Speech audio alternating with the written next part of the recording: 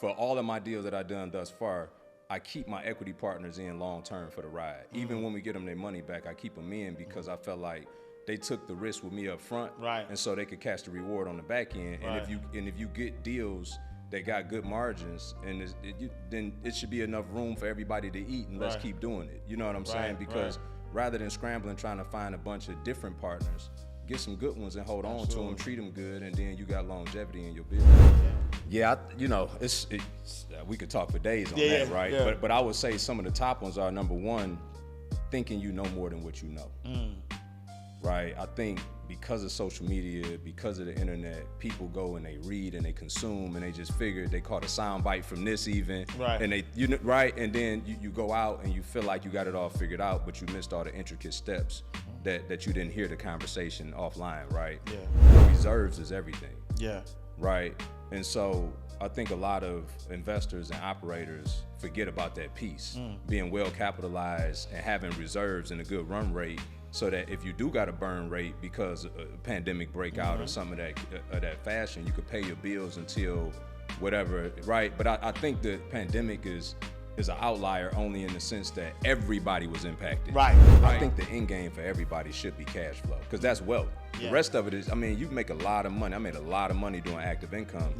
But at the end of the day, the banks ain't that thrilled about that because you're not holding assets on your balance sheet. Right. And so I don't think it's a right or wrong. I think it's a yes and, but I certainly think for everybody the pinnacle is cash flow, because that's where wealth really resides.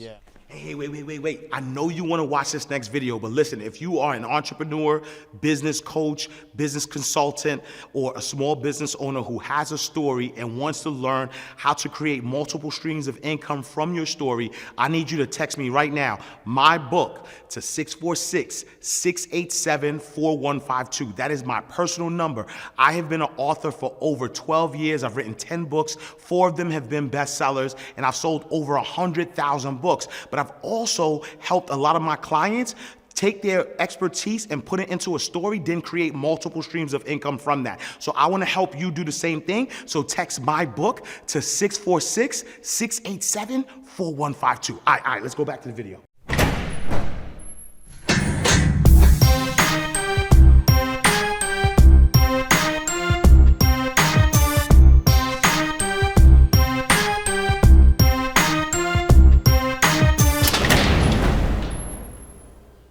So welcome to another awesome episode of Inside the Vault with Ash Cash, the greatest money mindset show on the planet. Listen, we got an exciting show for you today with over 16 years of experience in real estate investing via fix and flip, wholesale, and cash flow. He currently owns over 100 commercial multifamily units and was able to walk away from corporate America before turning 35. He is the founder of BBR Education Group and teaches students all over the world how to build 6- and 7-figure businesses in 12 months, learning to leverage other people's money and investing remotely. Welcome, ladies and gentlemen, round of applause for my man, Brian Allison. What's up, brother? Appreciate you, my guy. What's happening, Ash? Man, I'm excited about this because I feel like, anytime we can highlight stories of triumph, I want to do it, right? I believe, I have a saying that said, we are all greatness on display. G-O-D, made in the image and likeness of God. And I think that, we go through things in life on purpose so that we can show how great, our Father is, right? Regardless of your religion, right? So this is not even religious. This is just whatever you believe in. And you have a phenomenal story, but owning over 100 commercial multifamily, that's something that people who are born with a silver spoon in their mouth don't even do, right? And so that's a major thing. And so I'm happy to bring you on. I'm sure our audience is going to relate to you. We're going to talk all about the real estate game and how to use other people's money to build wealth. But before we even get to there, for those who don't know, who is Brian Adamson? Bro, I'm blessed. I've been blessed with a wife for the last 16 years who gave me the freedom to move around and take risk and put our family in position to build generational wealth. Like, I think a lot of times we talk about generational wealth from the pass down of assets, which we have those. Yeah. But it's really the pass down of knowledge. Wow. Like, I had a daughter at 18, and our daughter now had her first property at 18. Wow. Right? So the real pass down of generational wealth is passing down the skill, not the stuff. Right? I'm blessed because I grew up in an 800 square foot house and now I own over 100 apartments. I'm blessed because I walked away from a job at 35 years old, and now I got people all over the world who I'm teaching how to invest in real estate and change their lives who retired by 30 themselves. I'm blessed because I got parents who taught me work ethic that I've been able to parlay and build wealth. You know what I'm saying? When I look at my life, where I come from in Detroit, and to see where I'm at today, I'm sitting here with you, Yes, sir. talking about my body of work like I'm blessed. You know what I'm saying? That's who I am. Yes, sir. Yeah. Yes, sir. I love it.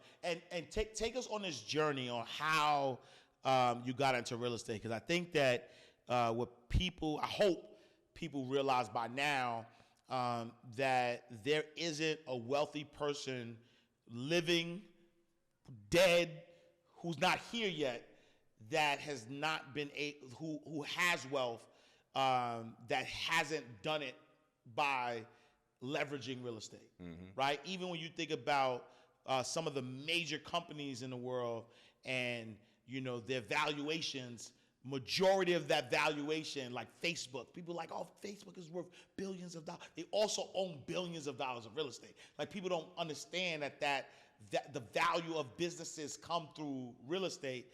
And so, take us to that journey. How did the light bulb, light for you that you knew that real estate was the way? Yeah, so, as I mentioned, growing up in the city of Detroit, my first go at entrepreneurship was emulating the guys in the streets. And, I was looking at a 4 to 10 year felony when I was 17, my senior year in high school. I was on my way to college on a full ride academic scholarship, but as one could imagine, I was distracted. Wow. You know what I'm saying? Yeah, Didn't know what was going on with my freedom. And so, by God's grace, I gave my life to Christ around that time, and, he redeemed me, and I didn't end up doing prison time. And I actually, got rematriculated back into college, and that's when I learned about real estate, right? It was a friend of mine, 20 years my senior, who was flipping houses. I didn't know what any of that meant, but he gave me an opportunity. He was like, look, these buyers, right, they don't have the money for the down payment. And so he gave me an opportunity to leverage my refund checks in college to cover their down payment, and then he gave me a return on my investment. So I legitimately started as a de facto private lender. I didn't understand it that way as I do now. But that's how I got started. And then I quickly figured out if they buying properties with stated income loans, then I could do the same thing. So I started buying rental property while I was in college. And then, when the market contracted, I found myself exposed like everybody else. And but I wasn't jaded. I'm like, this stuff was a lot more expensive 2 years ago, right? So I bought up 20 properties from 2008 to 10. I was 24, 25 years old, you know what I mean? And that was kind of like the intro. And then now, you got your feet wet. You're learning, the power of real estate, and you went from, flipping houses, wholesale. How do you get to owning commercial buildings? I think for every investor, right? I've been doing this almost 2 decades. Your appetite change over time. So like when I first started investing in rental properties, I didn't appreciate that money. That money was slow for me because I was doing a new thing in an old environment, right? And so my mindset hadn't changed, and I didn't really appreciate that I really started building wealth back then. I just looked at it as a legitimate way to make money, right? And so that's why proximity is key. You gotta, when you make a decision that you wanna start moving in a different direction, then you gotta start hanging out with people that fit your future and not your past, right? And so I eventually got to a point where made a ton of mistakes on my own. I've been out there on my own for 8 years. I knew I was missing something, and finally found mentorship, right? And people laugh when I say this, but I legitimately didn't know that mentorship existed until like 2015. Wow. Because where I come from, it's just not talked about. Yeah. Right? And so as soon as I found it, and I found that magic door where everybody behind it was doing the stuff that I wanted to do, I was like, this is it, right? And then I started to invest and started to develop some skill and move from just being opportunistic to actually developing some skill and going out and start, building active income through flipping and wholesaling. And where I'm at in life, as you mentioned, retired from corporate America, full-time entrepreneur, it's important when banks look at you, as you know, being in the banking industry, Yes, sir. net worth, assets, all those things. And so I made the pivot into commercial multifamily. Yeah. No, I love that. And so now, if somebody wanted to get into real estate investing, and then brand new, never bought anything, that resembles real estate, where's the first space? Where's the first place that a new investor would start? Education. If I had to do it all over again, I would go back and get educated from day one. I think a lot of people default into what they think is the cheapest way to start, which is typically wholesaling. Yeah. But it's not, because if you're not spending any of your money on the investment, then it all costs the same. So what you lacking is not the money. Money is never your problem. The knowledge is your problem. Yeah. So I would have them first go out and get educated, and secondly, then develop what are your goals. Yeah. Right. Some of our students are on program, they want to retire in the next 2 years. So then cash flow is a good model to create residual income to cover their monthly expenditure. Right. Other ones want to go out and just have more, discretionary money for spending, or chunks of money for whatever. Right. They want to pivot, start putting into other investments. Then wholesaling and flipping houses is a good start for them. And so I think for everybody it's unique, but it all starts with what's your goal, and then whatever that is, reverse engineer the process to get there. Yeah. No, I love that. And you emphasize a lot around the strategy of using other people's money to get into real estate. Can you expound on that a little bit? Absolutely. I think that when we look at it, right, typically it's this negative stigma connotation around asking people for money. Yeah. Particularly because I think that we misconstrued the difference between lending and giving from the time we were adolescents. Right? Can I borrow some money? Right? Well, when you get into the investment world, you figure out that lending is indicative of a perceived investment and a return on investment. Right? Otherwise, you giving is charity. Right? And so, when you look at it that way and you understand it from that vein, you realize that there's far more people with money than there are opportunities and viable operators. And so if you can put yourself in a position to show up as a competent operator in most rooms where there's money, people got money but don't have the time nor the ambition to learn real estate. Wow. So if you can align yourself with those individuals and be able to package and deliver a conversation and a presentation to show them how you can grow their money in their absence based on your body of work, you could raise as much money as you ever need to do your business. Wow. I love what you just said there, though, that there's more money than competent operators. Like people, more opportunity, out there. There's more people who have the money, but less people who know what to do with the money or help, stretch that money, which is also goes back to what you said about education, right? Because if you educate yourself and then now you learn about different aspects of real estate, learning about how to buy a commercial property, how to structure a deal, and kind of all of that education that goes into it. Now, when you go into a room and there's people that have money, now you could speak intelligently about what you're able to do with their money, right? And so, buying your first commercial property, did you buy it on cash? Did you use other people's money? Did you raise money? Like take us through that journey of the first time you bought your first commercial property. Yeah, so my first one was a 6-unit, and I raised all the money for it. I went and got 3 investors. I raised the capital for it, and then 12, 13 months later, we did a cash out refinance, extracted out their capital plus some equity, tax-free, by the way, because it was a cash out refinance. Paid them off, and then I'm the sole owner of the building thereafter. All right, so hold on. So, how much was this building? So the building was $200,000. All right, so $200,000 for this building, 6-unit building. You go and you ask 3 investors. So you didn't put any of your money in. Zero. So you went to 3 investors, and y'all bought it cash. Yep. And so 3 investors. They give you, let's say 2 gave you 50,000, 1 gave you 100. Let's just say that, right? So now you buy this property, right? They have some equity in the property. No. I'm gonna give you the whole play. All right, I'm gonna give everybody the whole play. Talk to me. Here's 3 reasons why being in a small room with like-minded people who are ready to change their life will cause the greatest impact in your life than you could ever imagine.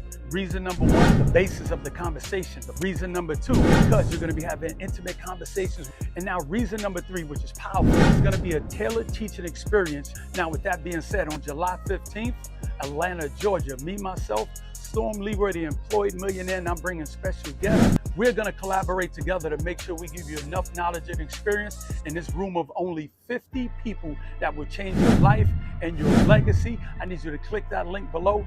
Make sure you're in attendance. Click the link. I'll see you in Atlanta, July 15th, Atlanta, Georgia. And remember to do what? Always seek knowledge. Peace. So I went and raised the 200 grand at 8%. Right. So when we bought the asset, it was already tenants in it, but it was underperforming. And I knew we could come in and raise the rents and increase the equity, the whole 9. So what I did was I borrowed the $200,000 for 12 months at 8%. So I gave them 8% every single month. So even while I was repositioning the building, even if it wasn't cash flowing enough, I still made sure they got their 8% return, right? So they were getting residual income every month, which is why at the end of the 12 months, I was able to exit and just give them back their initial capital because they made 8% annual return. Gotcha. That way they didn't have any equity in the building. Gotcha. I was the sole owner the entire time. Gotcha. You follow me? So I just put debt on it, you know what I mean, as opposed to equity. Right. So now $200,000 they give it to you. The building's already cash flowing, so there is no mortgage on it. Correct. So all the money that's cash flowing from that from the property is just to pay them the 8%. But the building's underperforming, so you could begin to do some things that's gonna make the building more profitable. Come the end of the year, you refinance this building now. It's probably worth more. For sure. And then now, because it's worth more, you're able to extract the $200,000, pay them back, and then now you have a property that you own outright with no other investors based on using other people's money. 100%. We increased the value in 12 months from like 3.25 up to 450. But even when we did the cash out refinance, I only pulled 2.25 out, because I knew I was still repositioning the building, so I didn't want to choke off the cash flow too much. Right. So I leave the equity in it, pull back enough to get them their paper back, put like 25 grand tax free in my pocket, and then just let it do what it does. Wow. And so wow. So that's a concept, right? And so now you continue to do that. Are there, as the deals get bigger and bigger, do you continue to raise money from private investors? Can you raise money from private investors and lenders? Let's talk about that a little bit. Yeah, for sure. So my next deal after that one was a 40 unit, right? And so I took a bridge loan because we got like $1 million rehab on it. Okay, so I took a bridge for like 75%, and then I went and raised the other 25% plus some additional carrying cost and whatnot. So what I did was, we giving out all kind of game right now, just so you know. Right? I hope y'all catching it. I hope y'all catching it. Yeah. So what I do, if in certain situations, right, I would open up 50% of my deal to my equity partners. Okay, so in this particular context, I went and got $500,000. I opened up 50% equity. So 2 investors, I went and got $250,000 from each one of them, gave them 25% apiece, right? So they participate in the equitable upside, right? As well as the 50% of the cash flow. They catch the depreciation for the tax write-off. And then, in the next 24 to 36 months, when we in position to refi, we'll extract out most, if not all, of that capital, and then move it to the next asset, right? So now their return went from maybe 8 to 12% to 20% to possibly infinity, depending on how much of this equity we extract out on the other side of it. But meanwhile, back at the ranch, I didn't put none of my money into the deal. I just came as a competent operator and put the deal together. Right. And then when you do that, like in this particular deal where they have equity, when you refi, are you paying them out? Do they have equity for a certain amount of time, or their partners, their equity partners in perpetuity? So every investor is different, and every deal is different, and I always say that nothing is all or nothing, right? Yeah. But for all of my deals that I've done thus far, I keep my equity partners in long term for the ride. Even when we get them their money back, I keep them in because I felt like they took the risk with me up front, right? And so they could catch the reward on the back end. Right.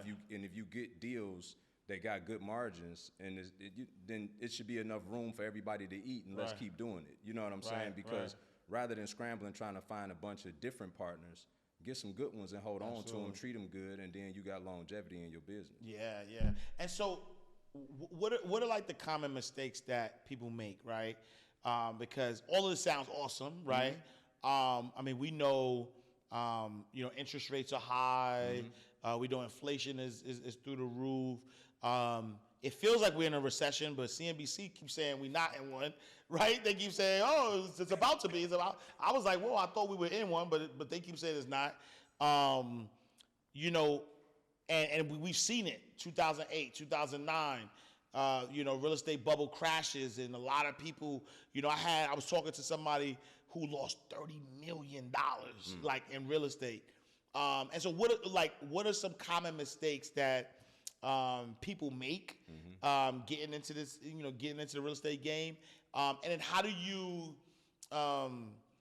you protect yourself from sort of like losing it all? Yeah, we could talk for days on that, right? Yeah. But I would say some of the top ones are, number one, thinking you know more than what you know, right? I think because of social media, because of the internet, people go and they read and they consume and they just figure they caught a sound bite from this even, right? And and then you go out and you feel like you got it all figured out, but you missed all the intricate steps that you didn't hear the conversation offline, right? Yeah. That's one way. The second is, especially for people that got their own capital, they take for granted because they've been fortunate to make money in a different setting that they don't need to still take the time to learn real estate investing, because having your own money is one of the fastest ways to light it on fire. Right. Another one is not properly knowing how to underwrite deals. Right. Before we even send our deals to our lenders, we've already put it through a stress test so that your lender shouldn't have to tell you no. You should know whether or not you got a viable opportunity. Right. So not knowing how to properly underwrite deals, not knowing how to properly evaluate properties, comparables, and all those types of things. And then last but not least, the Achilles heel of our business is if you don't have good contractors, you can't win. Yeah. And then what are the ways though, right? Is this a surefire thing? Like, is it like, I'm investing in real estate and I'm gonna be rich forever? Or are there possible pitfalls or ways to hedge yourself against potentially losing in real estate? Yeah, it's always a hedge against. I think that's one of the fortunate parts about our mentorship program, because I lost a half a ticket, right? I lost $500,000 in this business many years ago, and that became the birthing place for my mentorship program years later, because I learned in that moment everything that I needed and didn't have in terms of coach, infrastructure, and all those things. And so I built our program based off of showing people how to mitigate and hedge against the risk points that exist, right? And the dictionary definition of entrepreneur is a risk taker. So there's inherent risk to everything we do, but knowing how to properly underwrite deals, knowing how to put accountability measures in your business, knowing how to insulate yourself from the woes of dealing with contractors. If you can get really proficient at those things, you at least stand a chance, right? Yeah. And I had somebody last night on our challenge ask me, we do a 5-day challenge, and he owns like 5 properties currently. And he said, what would be my philosophy on going out, taking equity out of these properties to then go buy other properties? And I told him that's a great question, because a lot of people don't think about that. They just go extract equity and start going buying other stuff. But what you got to look at is, what does that do for the cash flow on the current property that you extract in the equity from? Because as you pull equity, your debt service is going up. Right? If it's free and clear, now you got mortgage on it. And if you had a mortgage, your mortgage just increased. Right. And so how do you keep yourself in a safe position that as you pull equity, that you're making sure that you're keeping enough meat on the bone in terms of your margin on your cash flow, so that you can continue to be in a safe place that if something did happen crazy in the market, that you're still in a good position. Yeah. Right. And it's a continuation of first having the knowledge, and then knowing how to apply it in all of those situations, because nothing is all or nothing. Yeah, yeah. And I love what you said there. And is there a formula or a way that somebody could follow so that they're not over leveraging, right? Because I feel like majority of the people that I hear, right, who, and like, I know the power of debt, right? Using debt the right way, and being able to use debt to purchase an income producing asset, using other people's money. But if you are leveraging, if you're leveraging too much, let's just say, right? So now you got $30 million worth of properties, but you got $20 million worth of loans out. Now, something catastrophic happens, right? COVID happens. Most states put a moratorium on paying your bills, right? So now, your tenants are not paying, so that cash flow is gone. You still got this debt service of $20 million, and there ain't no moratorium on the banks foreclosing. I mean, maybe, but I didn't think there was for commercial. So now they still want their mortgage. You're not getting payment, and then now you're in a conundrum where they could potentially take your properties. Like, what's the formula? How does somebody say, okay, as I'm using debt, let me follow this particular blueprint to make sure that I don't over leverage debt to the point where if somebody pulls the rug from under me, they're not in full control of my wealth and of my destiny. For sure. It's two different ways you can approach it. One being your reserves is everything. Yeah. Right? And so I think a lot of investors and operators forget about that piece, being well capitalized and having reserves and a good run rate, so that if you do got a burn rate because a pandemic breakout or something of that fashion, you could pay your bills until whatever, right? But I think the pandemic is an outlier only in the sense that everybody was impacted. Right. Typically, yeah. you feel the pain as an investor based off of something the detriment that you did. Right. So I think, that kind of evened the playing field, but as a general consensus, you need to be well capitalized and have good reserves. Yeah. The other piece is I buy a lot in the affordable housing space, right? And so, we get a lot of subsidized rents in my portfolio, and I strategically did that because God gave me the vision to invest in commercial multifamily in the height of the pandemic. It was like June, right? June 20th, 2020, he gave me the vision on Father's Day. And so strategically, I started pursuing opportunities to where I knew I could cover myself with subsidized rents and at least having majority, if not all, of my portfolio initially as my backbone to stand on, and then build from there. AKA Section 8. That part. Right? AKA the government is not going out of business. AKA that the government is the one printing out the money. So, let's talk about your challenge. You talk about you have a 5-day challenge. Let's talk about what people could learn during the 5 days. And one of the things that I like a lot about your methodology is the fact that you teach about remote investing, right? And the reason why I like it, and I mean insiders, I know y'all gonna like this as well, because a lot of our insiders who watch the show have jobs, or potentially have a side hustle, or they're entrepreneurs who are working in their business, so that they don't have a lot of time. But they're trying to figure it out, right? They got a lot of income coming in. They're trying to figure out, how do I build this wealth? And you have a methodology that helps them create a system around investing in real estate, but they're doing it remotely. Talk to us about that. 100%. So I live in Orlando. I moved to Orlando from Detroit 13 years ago now. So it became a default strategy for me, because although I invested in Orlando, I mean, when you look at the returns, it just, you know what I'm saying? Right. The juice don't always justify the squeeze. And so for those reasons, I'm like, you gotta be from Detroit. You got all them slick sayings. The juice don't justify the squeeze.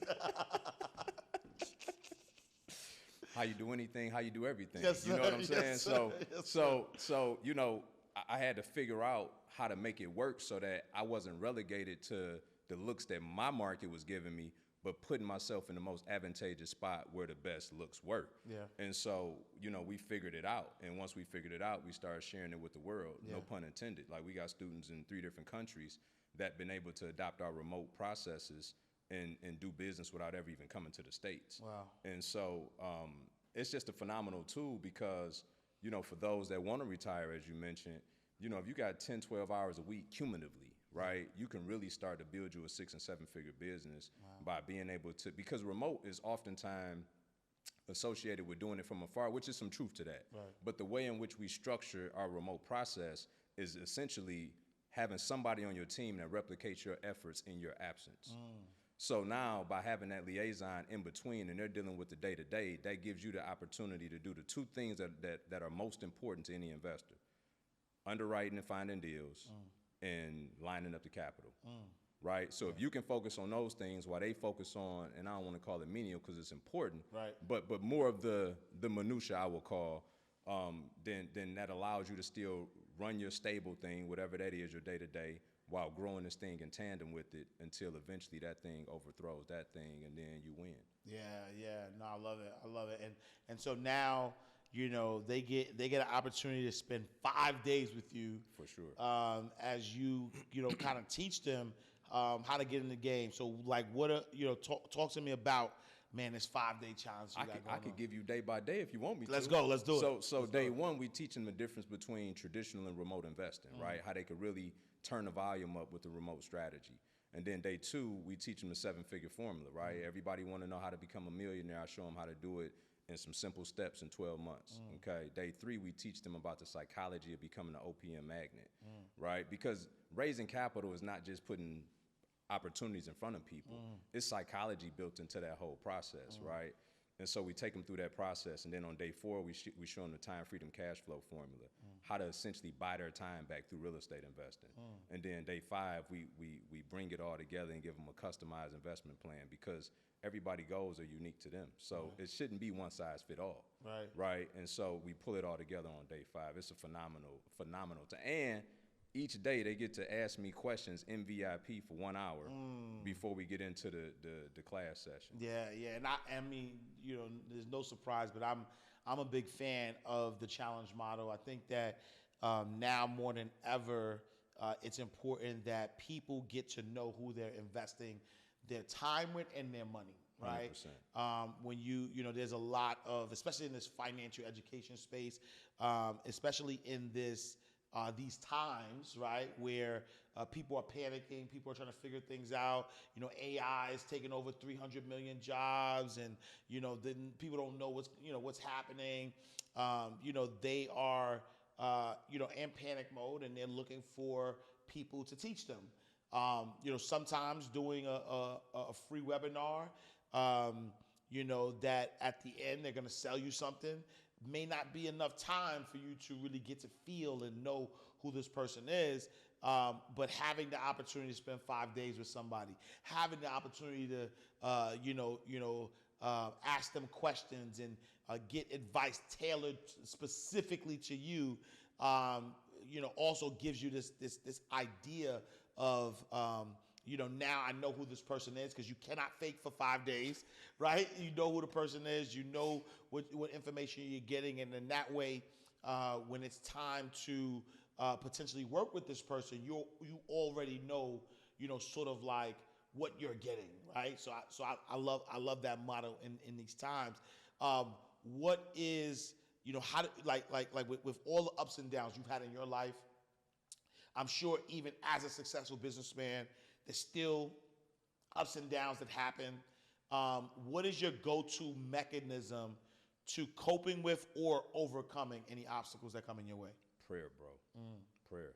Yeah. Like, God blessed me with phenomenal people in my circle. Yeah. Right? It's so important to have, especially when you high capacity, that you got other high capacity people around you that believe in something beyond themselves, that can come around and pick you up in those moments. Yeah. And iron sharpens iron, right? And so in one vein they may be picking you up, the next vein you picking them up, but that's what that looks like. You know what I mean? That's the ecosystem of staying healthy, in my humble opinion. But a lot of prayer and a lot of just trying to stay centered. Yeah. Every day though, literally. Yeah. Like it's Yeah. you know what it is. Like from the 100%. time I wake up, I'm fighting to stay centered Facts. before the scraps start. Facts. Because that's what's coming Yeah. for the day, Yeah. right? And then you repeat the cycle. And so for me, I just try to stay as close to him as possible, particularly because he the one that gave me a purpose for my life. So Yeah. I just keep trying to seek him and stay aligned with that. So I'm working on the right things in the right seasons because I'm tired of do-overs. I done been rich and miserable. You know what I'm saying? Like I want everything that come along with what he got planned for my life. You know? Yeah, no, I love that because I feel like, you know, when you think about business, I've had, you know, I've had spaces in my life where I didn't have money, but I was happy. Then I had spaces where I had a lot of money, but I wasn't happy. Then I had spaces where I had money and I was happy. Then I had spaces where I didn't have money and I wasn't happy, right? So like in realizing all of the different ebbs and flows of life, of business, of just, you know, trying to just survive and thrive on a day-to-day basis, you know, my goal every day as well is to stay as close to the middle as possible. For sure. Right? Because if you get too high, that fall's gonna hurt. And if you get too low, the air down there is gonna suffocate you. Right? And so you wanna be able to stay in the middle where you could breathe, where you could, you know that anything that happens is God's will. And so there isn't this level of anxiety, there isn't this level of depression, there isn't this level of trying to figure things out because you're starting the day, you know, on the right balance, right? You're starting the day knowing that, you know, trusting, like, all right, whatever it is, but also again, you know, staying towards that middle to make sure that you can enjoy the fruits of your labor, right? Sure. Because look, abundance is your birthright, and so if abundance is your birthright, you shouldn't have abundance and not be able to enjoy it, right? And so when you think about the different strategies that you have from, fix and flip, wholesaling, commercial, you know, what strategy are you teaching during the 5-day challenge and why? So I actually teach them active and passive strategies. And the reason is because on day 5, when we build out their customized investment model, they need to know. Yeah. Right. And so I'm giving them as many tools to have in their tool belt so they can build it the right way. So we teaching them about active and passive strategies. And break that down for me, right? Because you know, when I hear active, right? When I hear passive, you know, I understand it as, you know, one is you're in it, right? You're working hard. Passive is, you know, you put the systems together and the money's coming, you know, to you, right? I mean, both have their advantages, disadvantages, nuances, but when you say active, what is, like, paint that picture for me. What does that look like? For sure. So active will be like flipping and wholesaling, right? And it's active because once you go produce that check, you out of business again, right? Pipeline is key in real estate investing, especially when you got active, because there's no residual to that. Yeah. Right? So you go make $100,000, you can't stare at the trophy for long because you got to go figure out how to go do that again. Yeah. Whereas passive is you make the investment once. So essentially, you know, cash flow is synonymous with passive. Yeah. So, you know, you buy the property one time, you make the investment once, the tenant continues to pay you over time. Got it. Yeah. So that's I would say that's the easiest distinction between the two. And so would you say that a healthy portfolio is a portfolio that has both, or is it up to the person to choose which direction they want to go? It's interesting. I think the end game for everybody should be cash flow, because that's wealth. Yeah. The rest of it is, I mean, you make a lot of money. I made a lot of money doing active income. Yeah. But at the end of the day, the banks ain't that thrilled about that because you're not holding assets on your balance sheet. Right. right? And so I don't think it's a right or wrong. I think it's a yes and, but I certainly think for everybody the pinnacle is cash flow, because that's where wealth really resides. Yeah. So ultimately, like, even if you come into the game active, right, flipping houses, and kind of like being a wholesale, being the middle person. Ultimately, you wanna hold assets. You wanna buy and hold. You wanna have the tenants and kind of build from there. What does the future look like for Brian? Like when it's all said and done, what are you looking to do, and where are you looking to take this real estate empire? Hotel 2024. Yeah. Oh, that's different. Yeah. My father was a doorman at a hotel back in the 70s, right? And every time I go to the restaurant downtown Detroit that's inside of that hotel, it reminds me of that. The restaurant that he probably never ate in. Wow. Right? And so, God done gave me this much runway, so why stop now? Right. And what's the is it different, like is it different buying a hotel than buying a commercial property?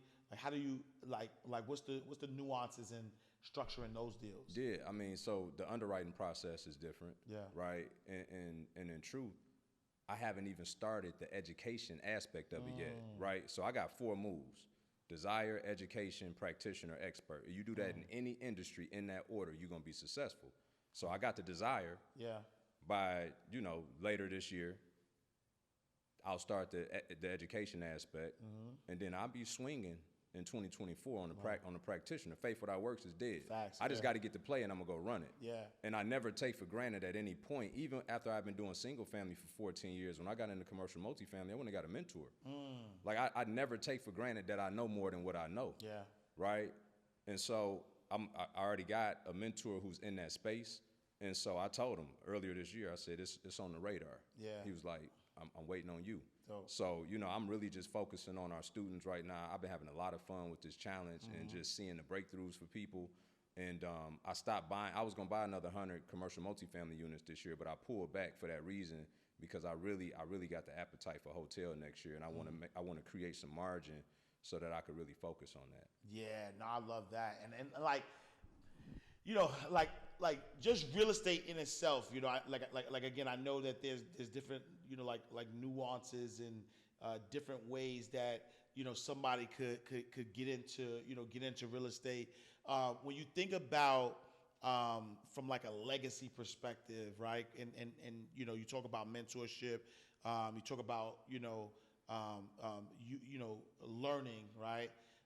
And the mentor you chose was the mentor that helped you get to where you are right now, is the mentor that's helping you, your wife, your daughter, right? Like, because inadvertently, what they teach you, you're passing that knowledge down. How does one, or how do you know when you're choosing the right mentor? Like, how do you go about sort of like finding the right person to teach you? For me, do they align with me morally, ethically, and have the semblance of the type of achievements that I probably would want to garner as well? Yep. Those are the 3 main ingredients for me. Yeah. Right? Because it's not just about, it's a ton of people that could teach you a ton of stuff about how to make money. Yeah. But to your point, I've had seasons where I've been rich and miserable. Yeah. So I know that money ain't the answer. I got to be fed and stimulated on other levels, and I want to be around people that I can identify on those other levels with. Yeah. Because that exists, that package exists. You just got to find it. Yeah. You know what I'm saying? Yeah. Have you ever invested in a wrong mentor? Yeah. I have. What were some of the red flags?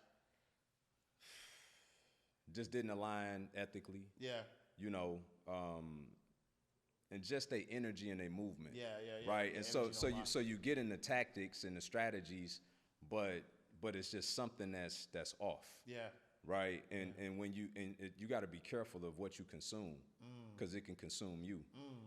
And so I'm just sensitive to that. Yeah. And when I see it, when you've been through enough, you just kind of, I'd rather just wait on him to show me what's right instead of just doing something was wrong, because that's what's in front of me.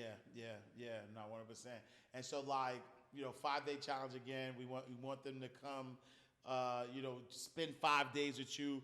We'll have a link in the description where you can tap in. I think it's iflipthevault.com. We got a special offer for you. So definitely tap in below. But when you think about the 5-day challenge, what is the one promise, or what will anybody joining that 5-day challenge? What are they getting out of it once they're done? Who do they become? So we've had people who restored their marriages through our program. Wow. We've had people Huge. who in their 40s been battling with strongholds that they gotten on the other side of. Wow. Like it's bigger than real estate. It's bigger than real estate. Yeah. Because I be doing everybody a disservice if I only show them the X's and O's. Right. And I got a lot of practical application, and much of which is based off of biblical principles that just work. Yeah. And when you apply them, they just work. You know what I mean? And there's no prerequisite, you know what I mean? You don't have to have a certain belief system or whatever. Yeah. But I don't shy away from my content either, because I know what worked. Right. And so for those reasons, he does what he does. You know, when you show up fully present as a vessel. Right. And they getting fed real estate, they learning how to get the bag. But it's teaching them who they need to become to, number one, even be prepared to get the bag, and then sustain and grow it after you get it. Right. Be fruitful and multiply. Like, I think that's the biggest thing, right? Like, we see, especially in our community, we think about, when they talk about, $1.3 trillion that come through, our hands, and that if we were our own nation, we would be one of the top 10 nations by themselves, just our community, if you extracted us. So when we hear stats like that, when we hear that, by 2056, the average net worth of the black family will be at 0, right? And there's a lot of us going in the right direction, but there's still so much room. When we hear these stats, it makes us just kind of wonder, it's not just about getting the bag, right? Because a lot of us know how to do that. But how do you keep it? How do you maintain it? How do you stretch it? How do you, be fruitful, but how do you multiply? And so I think that's important as well. Absolutely. Yeah. I was at T.D. Jake's event, and he mentioned that about the median income going to 0. Yeah. Right, in the black community. That's a scary statistic, bro. Yeah. And that's not a lot of time. Like at 20, like what you said, 2050. That sound like a long way, right? Bro, that's around the corner though in our world, right? Yeah. Yeah, and I think it's just a matter of shying away from the ideology that we need to look a certain way, right? Because we're spending money to look a certain way, and that's where most of our wealth is going. It's going to designer clothes, luxury. It's going to alcohol and food consumption. So there's a lot of our money that's just being that's leaving our community, where they say the average average dollar stays about 6 hours in our community. Right? I mean, think about it. We get the bag to pay the people to give us the stuff to make it look like we got the bag, but now they got the bag. Exactly. I mean, it's exactly. And don't get me. I mean, I like what I like. Right. What I'm saying. Right. But it's have your assets pay for your liability. Exactly. Though. And I think that's the biggest thing, right? So we talk about that, and I think people don't realize, like, when people who teach finance tell you don't spend money on things, it's not saying don't spend money on things at all. It's saying don't spend your active income on things, right? Like, if you have to physically work hard for something, regardless of how you had to work, how hard you had to work, or how much you could be making $1 million a day. You still should not be. If you're working for that $1 million, you still should not be using that money to buy things. You should be investing that $1 million or whatever it is. It could be $1,000, whatever it is. You should be investing that money, and then from that investment, as that investment is paying you back dividends, if you're smart, you're gonna reinvest it, right? But it's okay if a portion of that money is being extracted, as a way to now, enjoy, right? Like you have your cake, eat it, right? It's just giving you that access. And so, as somebody who's been through, again, ups and downs, different adversities. There's somebody watching right now who may be going through adversity, who may be trying to figure out how do they get to the next level. What advice are you giving to that person who is just they're at the brink, they're trying to get to that next level, but life just keep lifing, right? Like what advice do you have for that person? So literally on during our challenge, a lady who recently she had to step away from her career of 20 years. She's in a bad way financially, and she just feels like investing in real estate is impossible, right? And she asked me, what should she do? And I said, well, the first thing that you got to do is ask yourself the question, do you really feel like it's impossible? Because if you really feel that it's impossible, then it won't be. Wow. So the first thing we have to do is allow ourselves to the freedom of thinking beyond our current set of circumstances, right? I think a lot of time, back to the suffocation conversation you were having, we get crushed by the weight of our current set of circumstances that it inhibits us to think beyond it. And you got to be let to think beyond it to get out of it. Wow, that's good. Right? Yeah, and so the first thing I would tell them is just get clear about what you want your life to look like. Don't let this snapshot dictate what the whole portrait could be. And so first think beyond your set of circumstances. And after you do that, then you got to start taking actionable steps. Like, nobody gets to play victim in this world. It just don't work like that. Yeah. Right? And so if you somebody of faith, I highly recommend you pray, but then you got to get to work, because the words say faith without works is dead. Right. And you're not going to think your way to success.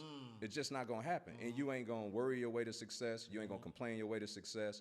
And so you got to start counteracting whatever situation that you're currently in and taking actionable steps in the right direction with the right wise counsel to get you closer to the goal. Right. No, I love it. Take me back, man. With everything that you've been through now, everything that you know, what advice are you giving to 18-year-old Brian? Everything you think is important really ain't. Yeah. It's like, you know what you want to do. Go start finding those people. I think a lot of time we come from the hood, and it's this unwritten rule of everybody got to stay together. Yeah. But if everybody ain't going to the same place, then how we all gonna stay together and get there? That's a fact. Yeah. And that ain't no loss of love for nobody. It's a fact, to your point. Right. And the sooner that we can start breaking down these constructs that we've been fed as children, just more programming, and understand how the real world work and understand how real life work. And that's why proximity is so key, because if you're around everybody and they all under that same doctrine, then how do you ever know something different? Right. And so the soon as you get an inkling that you know what you want to do, start doing research, take the responsibility and ownership of finding those people that's doing those things, and start getting in those rooms with those folks, and you'll start doing the things that they're doing. Yeah, no, I love it. Yeah, and I think that more than ever, I believe that our community is waking up to the fact that mentorship is important. Education is important, and it's not just traditional education, right? We've, drank the Kool-Aid and just believe that, go to school, right? Pay all this money, and that's the way to success. But when you really dig deep and you really look at everybody who's gone to school, they're not the ones that have the massive success, right? Most of the entrepreneurs you look up to did not go to college, right? They dropped out, they did something, and I'm not advocating dropping out, but I'm saying that if you just look at it, college isn't a prerequisite for success as an entrepreneur. Mentorship is, though, right? Mentorship is a prerequisite, because most people that I know that have been successful have had mentors. Their mentors have shown them, have helped them, from making mistakes. Has shown them how to move. Has shown them what to do, what not to do, how to fast track their success. And so mentorship is super duper important. If y'all need to spend 5 days with Brian. He is going to give you the blueprint to how to create active and passive income through real estate. And while you're at it, he's gonna add some spiritual elements in it, right? That's really gonna get you to the next level. So I need y'all, look, hit the link below, tap in or go to iflipthevault.com. We got a special offer. I encourage you to do VIP because as when you do VIP, you get an opportunity to actually speak to him, and that way he can kind of give you specific guidance, not like general, right? If you get general admission, you're still in the room, right? So it's still proximity. So it's no love lost, right, to our general admission folks. But VIP says what it is, right?